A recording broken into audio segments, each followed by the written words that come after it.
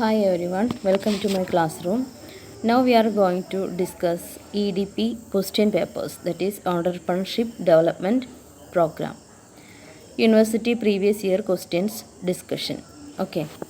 Here we are going to discuss only essay questions. Before that we are going through the module 1, 2, 3, 4. First module cover entrepreneur and entrepreneurship. Then MSME, micro, small and medium enterprises. Then project management, and last one, identification of business opportunities in Kerala. Okay. Next, in 2019, university question paper discuss the university question paper include the following 3 essay questions. First one, define women entrepreneurs and explain the problems faced by the women entrepreneurs. അപ്പോൾ നമുക്ക് 2019 വരുന്ന 3 ക്വസ്റ്റ്യൻസിൽ first പറയുന്നത് എന്താണ് woman entrepreneur, അതിന് അവർ face ചെയ്യുന്ന problems എന്തൊക്കെയാണെന്നാണ് ചോദിച്ചിട്ടുള്ളത്. രണ്ടാമത്തെ question വരുന്നത് explain industrial support available to ഇൻഡസ്ട്രീസിന് ഏതൊക്കെ രീതിയിലാണ് ഇൻഡസ്ട്രിയൽ സപ്പോർട്ട് അവൈലബിൾ ആയിട്ടുള്ളത്, അതിൻ്റെ ഒരു എക്സ്പ്ലനേഷനാണ് ചോദിച്ചിട്ടുള്ളത്. ഓക്കെ, നെക്സ്റ്റ് പറയുന്നത് explain specimen form of A project report. അപ്പോൾ ഇത്രയും 3 ക്വസ്റ്റ്യൻസാണ് എസ് എ ക്വസ്റ്റ്യനിൽ വന്നിട്ടുള്ളത്.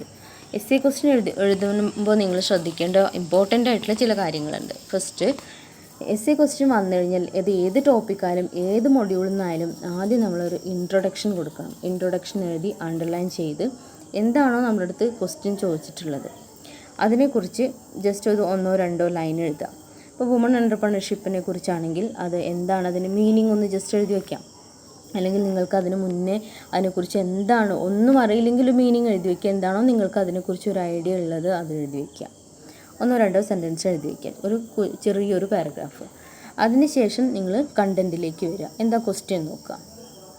Define woman entrepreneur, definition of woman entrepreneur. Definition എഴുതുമ്പോൾ എപ്പോഴും ഒരു ഇൻവെർട്ടർ കോമയിൽ എഴുതുന്നതായിരിക്കും നീറ്റ്നെസ്. ഓക്കെ, ഡെഫിനിഷൻ നിങ്ങൾക്ക് അറിയാവുന്ന 1-2 ഡെഫിനിഷൻ എഴുതാം. ഇനി വറീഡ് ആവേണ്ട, അറിയാത്തവർ ഒരു ഡെഫിനിഷൻ എഴുതിയാലും മതി, അറിയുന്നവർ 1-2 ഡെഫിനിഷൻ എഴുതാം.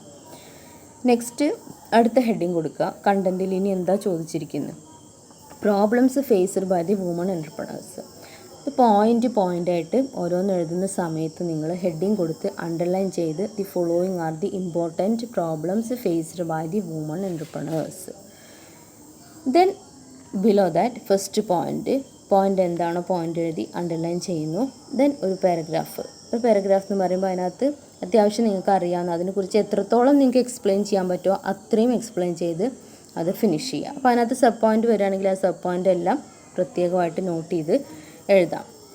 ദെൻ അങ്ങനെ അതിനകത്ത് വരുന്ന എല്ലാ പോയിൻറ്റ്സും എഴുതിയതിന് ശേഷം, അത് എസ് എ ക്വസ്റ്റ്യൻ എന്ന് പറയുമ്പോൾ നിങ്ങൾ ശ്രദ്ധിക്കേണ്ടത് അത്യാവശ്യം നന്നായിട്ട് എക്സ്പ്ലെയിൻ ചെയ്ത് എഴുതാനായിട്ട് കഴിയണം. ലാസ്റ്റ് എല്ലാ പോയിൻറ്റ്സും എഴുതിയതിന് ശേഷം കൺക്ലൂഷൻ ഹെഡിങ് കൊടുക്കുക, അണ്ടർലൈൻ ചെയ്യുക. അതിനകത്തൊരു കൺക്ലൂഷൻ കൊടുക്കുക. കൺക്ലൂഡ് ചെയ്യുമ്പോൾ എപ്പോഴും ശ്രദ്ധിക്കേണ്ടത് എന്തിനെക്കുറിച്ചാണോ നമ്മൾ എസ് എ റൈറ്റ് ചെയ്തത് അതിനെക്കുറിച്ചാണ് ഒരു കൺക്ലൂഷൻ വരേണ്ടത്.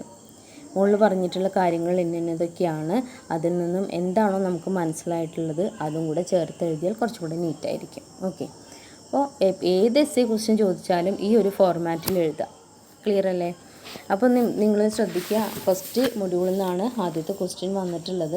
പിന്നെ ഇൻഡസ്ട്രിയൽ സപ്പോർട്ട്, ഓരോ ഇൻഡസ്ട്രീസിനും അവൈലബിൾ ആയിട്ടുള്ള ഇൻഡസ്ട്രിയൽ സപ്പോർട്ട്.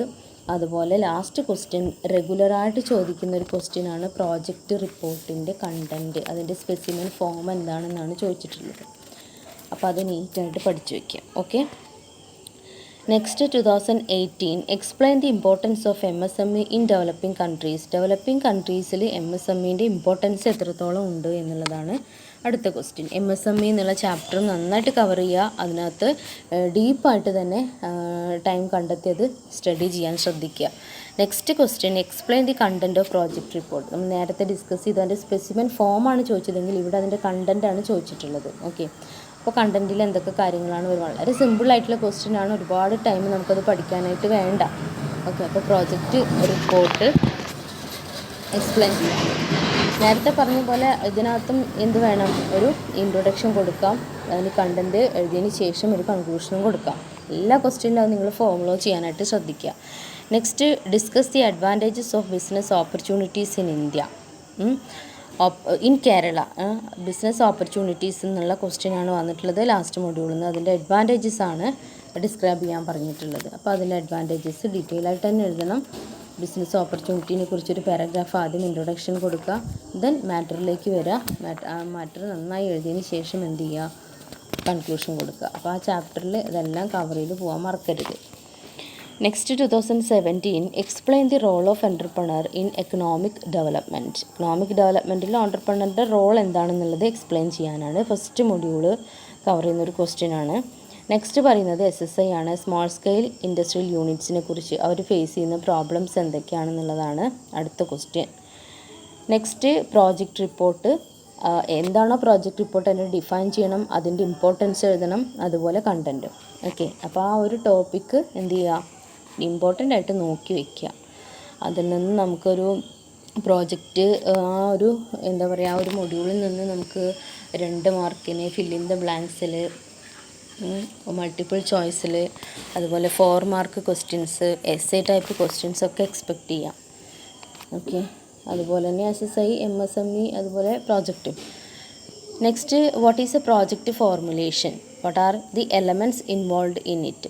പ്രോജക്റ്റ് ഫോർമുലേഷൻ എന്താണ്, അതിനകത്ത് നമ്മൾ കുറച്ച് എലമെൻറ്റ്സ് പഠിച്ചിട്ടുണ്ട്, എലമെൻറ്റ്സ് ഏതൊക്കെയാണെന്നുള്ളതാണ് ക്വസ്റ്റ്യൻ.